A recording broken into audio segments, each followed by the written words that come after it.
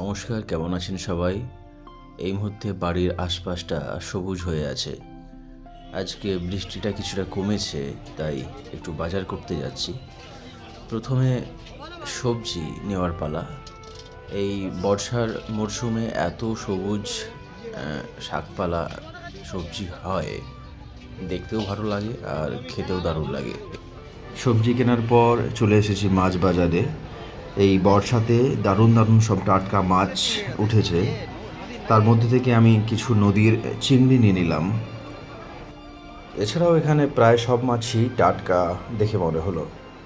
আজকে নিজের জন্য বাজার করেছি এগুলি: অল্প ধনেপাতা, বিনস, কাঁচা লঙ্কা এবং গাজর, আর এই কুচে চিংড়িগুলো। একসময় আমাদের নদীতেও এরকম চিংড়ি মাছ প্রচুর পাওয়া যেত। ছোটোবেলায় দেখতাম যে বাবা নদী থেকে এইরকম মাছ ধরে নিয়ে আসতো। আর চিংড়ি মাছের মধ্যে এই মাছগুলো, মানে এই রকমের চিংড়িগুলো আমার বেশি প্রিয়।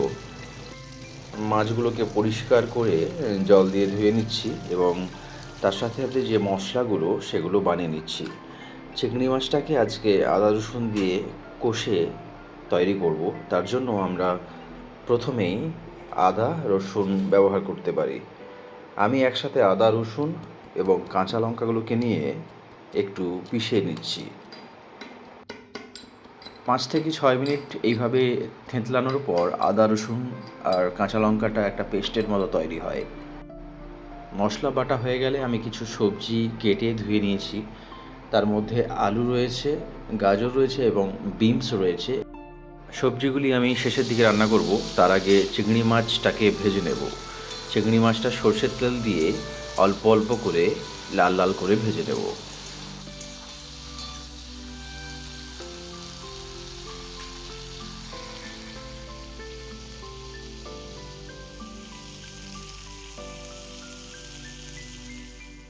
মাছ ভাজা হয়ে গেলে ওই তেলের মধ্যেই আমি কিছু কাঁচা পেঁয়াজ ছেড়ে দেবো। পেঁয়াজগুলি মুড়ি পেঁয়াজ বলা হয় আমাদের এখানে। পেঁয়াজগুলি খেতে খুবই সুস্বাদু এবং মিষ্টি হয়। এবার ওই ভাজা পেঁয়াজের মধ্যেই আদা রসুন এবং কাঁচা লঙ্কার যে পেস্টটা বানিয়েছি ওটাও দিয়ে ভাজতে থাকবো।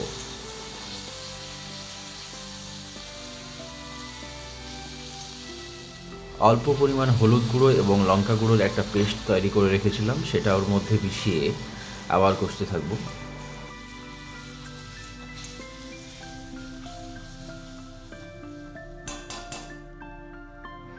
স্বাদ মতো নুন দিয়ে এটাকে অনেকক্ষণ ধরে কষবো, যতক্ষণ না এর তেলটা ছেড়ে বেরিয়ে আসছে।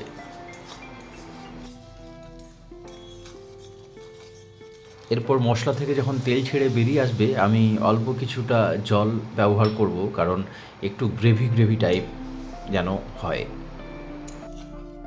যারা একা একা রান্না করেন তাদের জন্য তো খুবই সহজ পদ্ধতির এই রান্নাগুলো।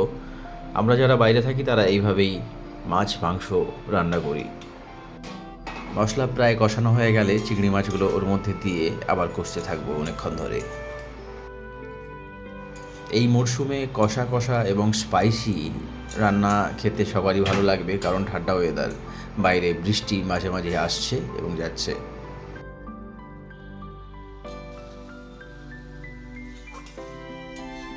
চিংড়িগুলোকে অনেকক্ষণ কষতে কষতে একটু ঢাকনা দিয়ে ঢেকে দেবো এবং এটাকে কিছুক্ষণ ছেড়ে দেবো এইভাবেই।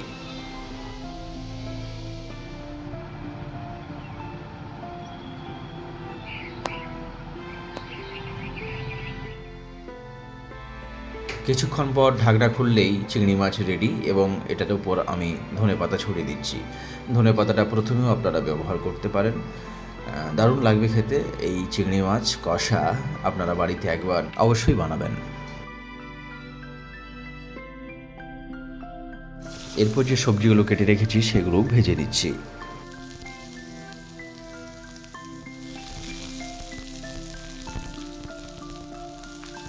আমি এই সবজিগুলোতে বেশি কিছু মশলা দিচ্ছি না, একসাথে সমস্ত সবজিগুলোকে তেলের মধ্যে ছেড়ে অল্প লবণ আর হলুদ দিয়ে ভেজে নেব শুধু।